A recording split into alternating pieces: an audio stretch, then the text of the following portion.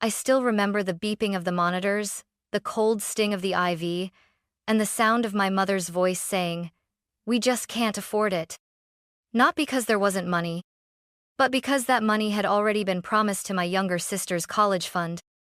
I was 15. I had just been told I needed urgent treatment to survive. And my parents chose not to sign the forms. They didn't cry. They didn't hesitate. They said, "God will provide," and walked out of the hospital room like it was nothing. But it wasn't nothing. It was my life. Luckily, my grandmother showed up. She didn't ask questions. She just acted. And because of her, I'm alive. But I didn't stay silent. I did something quietly, carefully, and deliberately. And years later, my parents regretted their choice more than I could have ever imagined. The diagnosis came on a Tuesday.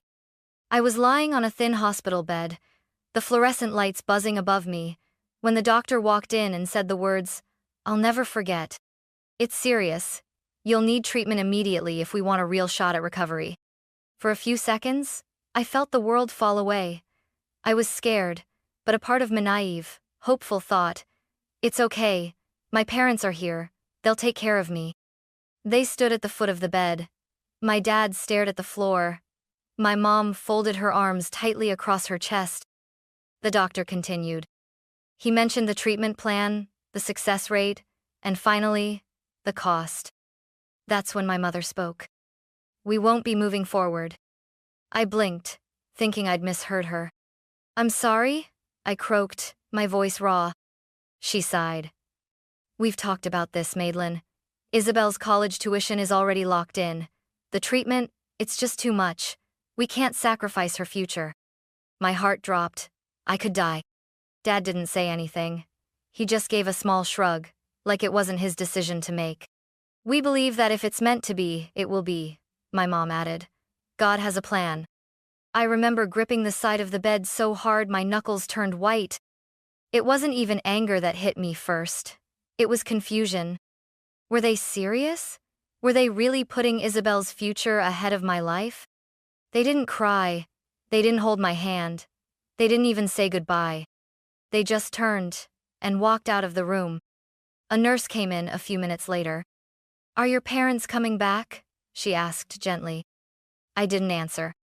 I didn't know what to say. I stared at the door for what felt like hours. My body was still weak, but I felt something ignite inside me.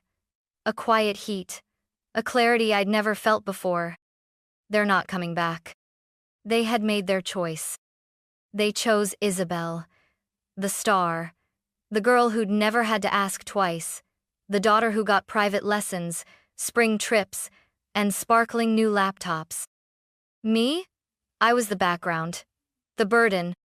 I had always felt I'd at birthday parties when my gifts were an afterthought, in the silence when I brought home awards, and no one noticed, but now it was confirmed. And yet, I was still here. Still breathing. Still alive, if only barely. And if they weren't going to fight for me, then I would have to fight for myself. Alone? That night, as the machines around me beeped steadily, I closed my eyes and whispered one promise to myself. This isn't the end. It's the beginning.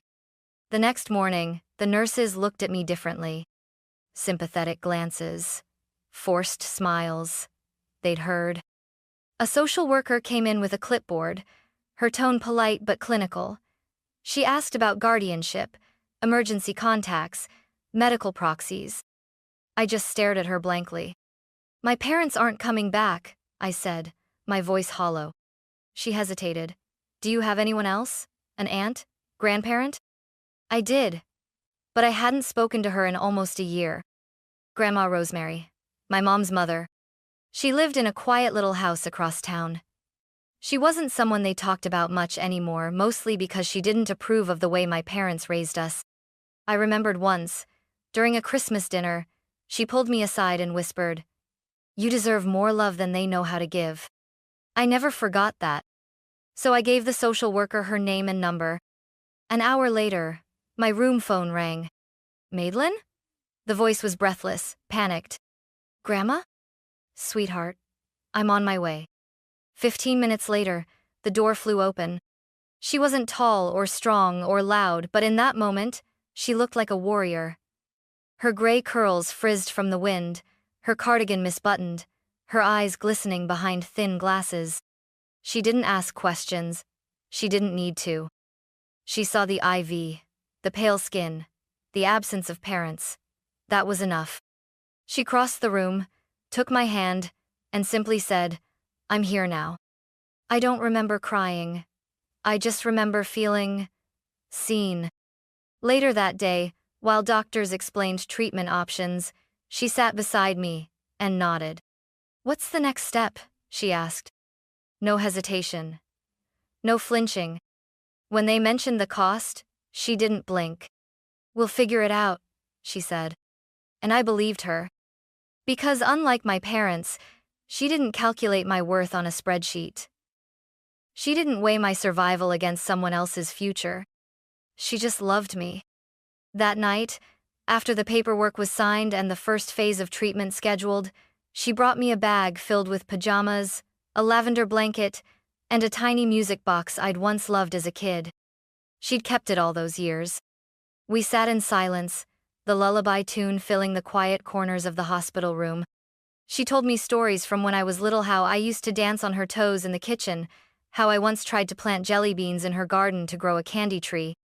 I smiled for the first time in days.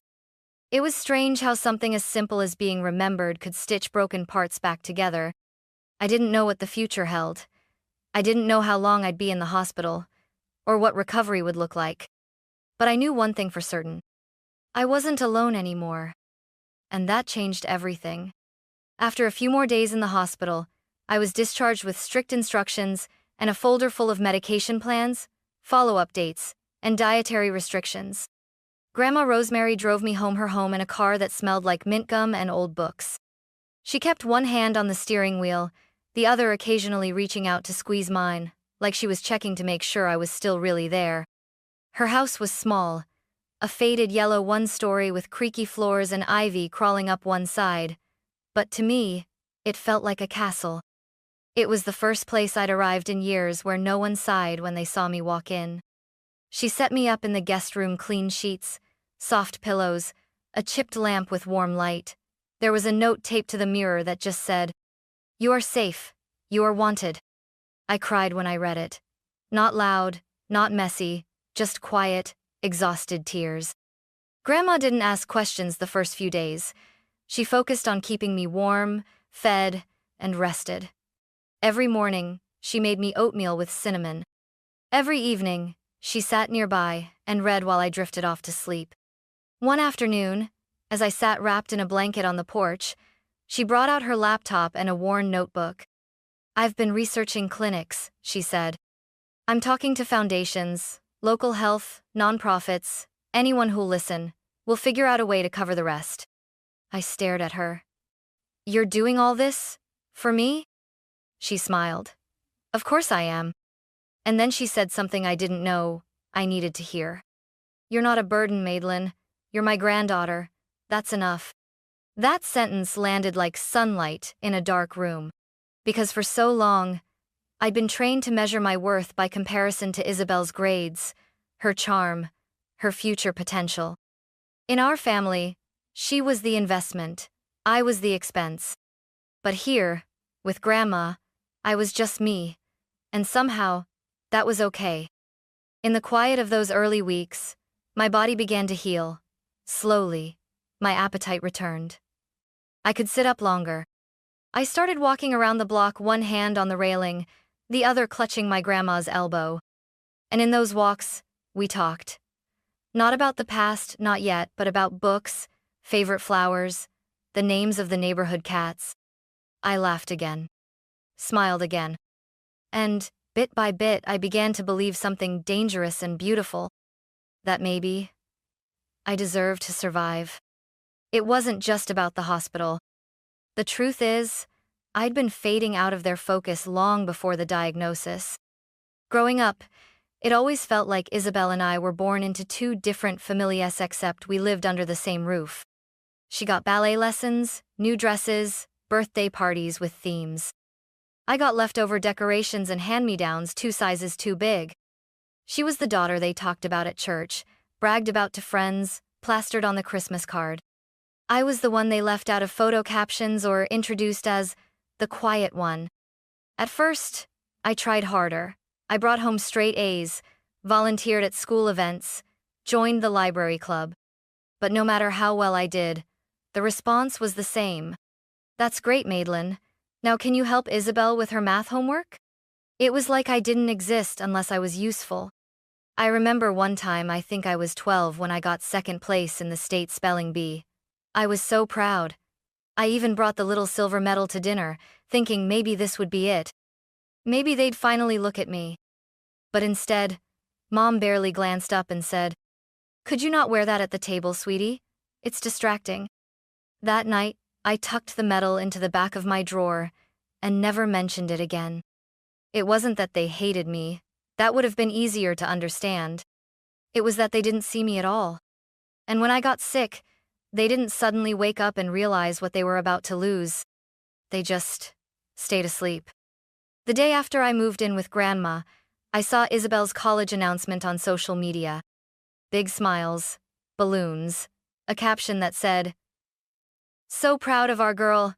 Can't wait to see the amazing things she'll do." There was no mention of me, no concern, no acknowledgement that I was fighting for my life across town. That post broke something inside me. Not because I expected them to care, but because a part of me still wanted them to. Even after everything, I still hoped for a call, a message, some sign that maybe they regretted walking out. But none came. Instead, my parents doubled down on their narrative. Isabel was the shining future. I was the shadow that chose to disappear.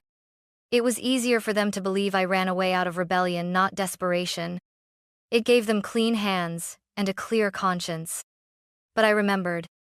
I remembered every moment, the way they looked at me in that hospital room, like I was a number, not a daughter. And slowly, a new kind of resolve began to build inside me.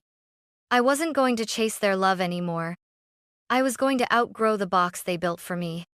And when the time came, they would see me. Not because I asked to be seen, but because I'd become someone they couldn't ignore. Healing wasn't linear. There were days when I felt strong enough to walk to the end of the street and back. There were days when I couldn't sit up without seeing stars. But Grandma never rushed me. She treated my recovery like tending a garden, gently, patiently, watering me with small acts of kindness until I could stand on my own. She bought a little whiteboard and wrote notes on it each morning.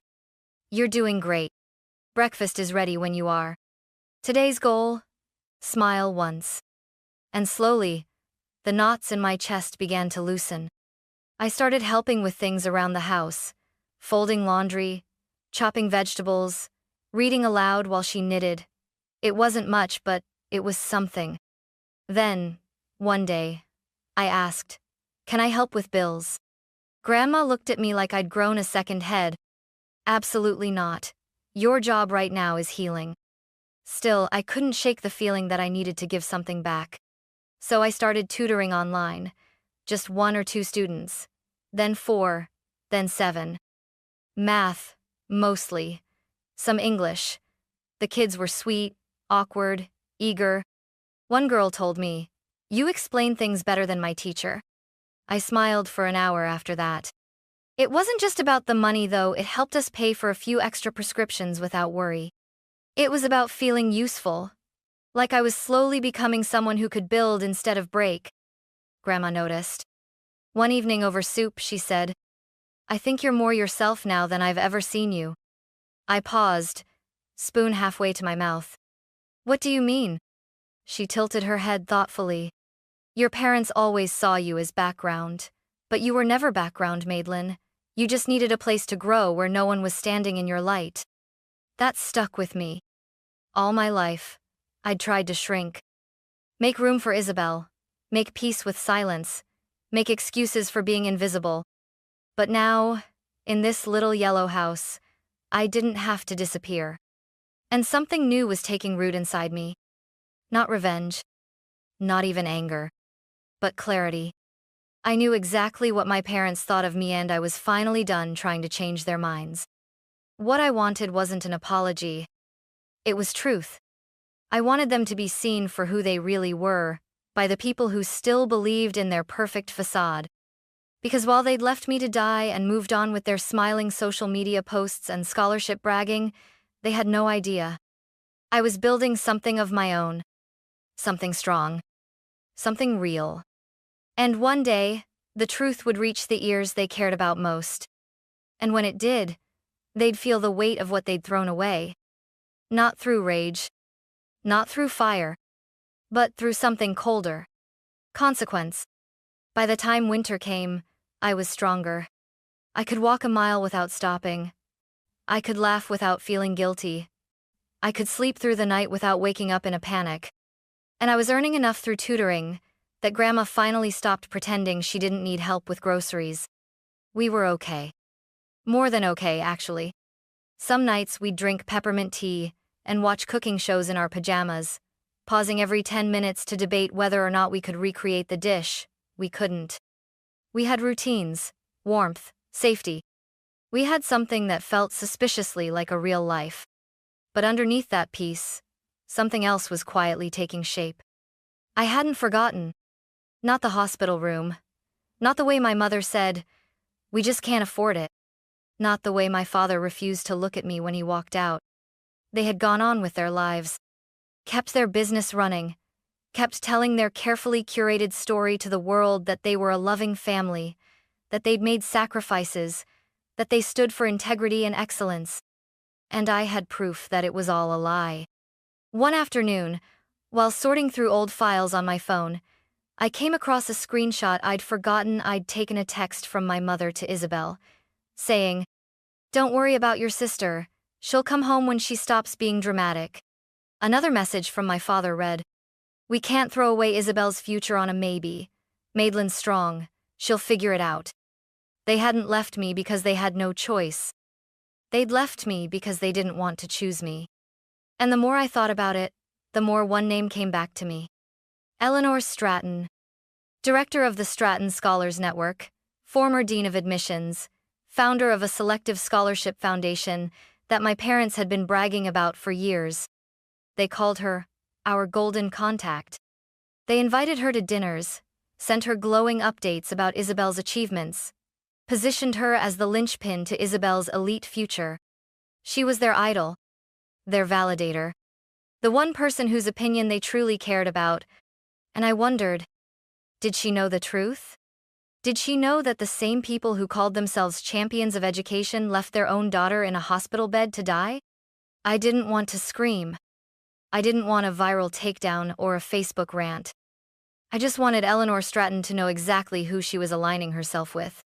So, one evening, while Grandma made banana bread in the kitchen, I sat down at the old desktop and opened a blank email. I wrote simply, factually, no drama, no embellishment. I told her what happened. I told her I was the daughter of Mark and Catherine Carter, that I had once needed urgent medical treatment, that they refused to pay for it because the money had already been set aside for my sister Isabel's college tuition. I told her I survived because someone else, me grandmother, stepped in. And I attached proof. The hospital letter showing denial of care due to lack of payment. Screenshots of the texts. A statement from the social worker who filed the neglect report. At the end, I wrote only one sentence. I thought you might want to know what kind of people you're endorsing. I didn't sign it with bitterness. Just my name. Madeleine Carter. I read it 3 times. Then, I clicked send. And in the stillness that followed, I realized I didn't feel guilty. I felt ready. I didn't hear back from Eleanor Stratton. I didn't expect to. But 2 weeks later, the badge on my parents' website, proud partner of the Stratton Scholars Network, was gone. It had always been front and center, highlighted in gold. They used to boast about it in every brochure, every pitch to high-paying clients. Now, just vanished. I checked the foundation's directory. Their names had been quietly removed. No announcement, no explanation. Just one clean, silent severing. I stared at the screen, my heart pounding not from fear, but from something colder, steadier. It had begun. What followed wasn't loud. It didn't make headlines or cause a public scandal. It was quieter, more surgical. First, a few client reviews disappeared from their website. Then a school pulled out of a scheduled speaking engagement. Then another declined to renew their consulting contract. Whispers began to circulate in the tight-knit academic community. Parents who had once trusted them with their children's futures began to ask quiet questions. Was it true? Had they really abandoned their own daughter? Had they covered it up? My parents tried to pivot fast. They changed their branding, launched a new package series, rewrote their bios to center Isabel's recent awards. But it didn't work. The phone stopped ringing. Emails went unanswered. Their monthly newsletter, once boasting upcoming college seminars and glowing testimonials, now sat unopened in inboxes. Then came the big collapse. 3 major contracts pulled out in a single week. They tried to sue, but it only made things worse. More attention, more questions. I didn't celebrate. I didn't post about it. I didn't tell Grandma. I just watched. And remembered. 6 months after I'd sent the email, I saw a local real estate listing. Office space for lease formerly occupied by Carter Academic Strategies. The address matched theirs. They had shut down. According to a forum thread, they'd moved operations into their home, then lost that too. A few weeks later, I saw my parents in person. It was at a youth mentorship conference I'd been invited to speak at. I had just wrapped up a panel about resilience, standing alongside educators and social workers from across the state.